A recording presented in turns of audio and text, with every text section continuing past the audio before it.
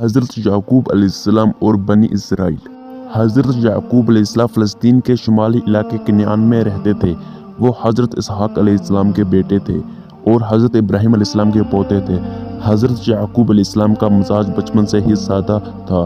وہ نیک اور رحم دل انسان تھے، خود بھی نیک کام کرتے اور دوسروں کو بھی تاکید کرتے۔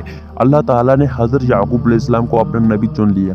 جب حضرت یعقوب علیہ السلام نوجوان تھے تو اپنے بڑے چچا کے پاس کچھ عرصے کے لیے شہر حران چلے آئے۔ ایک رات حضرت یعقوب علیہ السلام نے ایک خواب دیکھا۔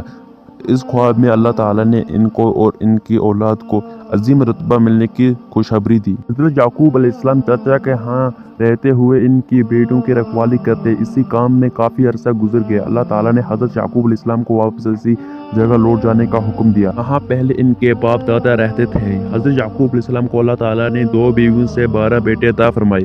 ان کو اپنے 11واں بیٹے یوسف علیہ السلام سے بہت پیار تھا۔ انہیں پتہ تھا کہ یوسف علیہ السلام کو بڑے ہو کر اعلیٰ مقام ملے گا۔ حضرت یعقوب علیہ السلام کے یوسف علیہ السلام سے پیار کو دیکھ کر ان کے 10 بڑے بیٹے یوسف علیہ السلام سے حسد کرنے لگے۔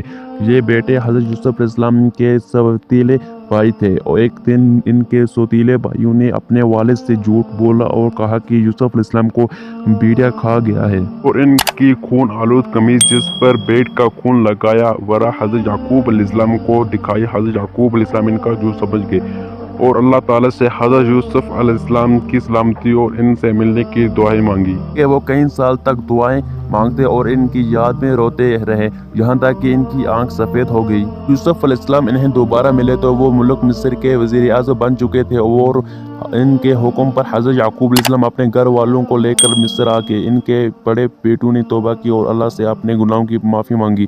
وہ نیک انسان بن گئے۔ اسی طرح حضرت یعقوب علیہ السلام کا خواب سچ ہو گیا۔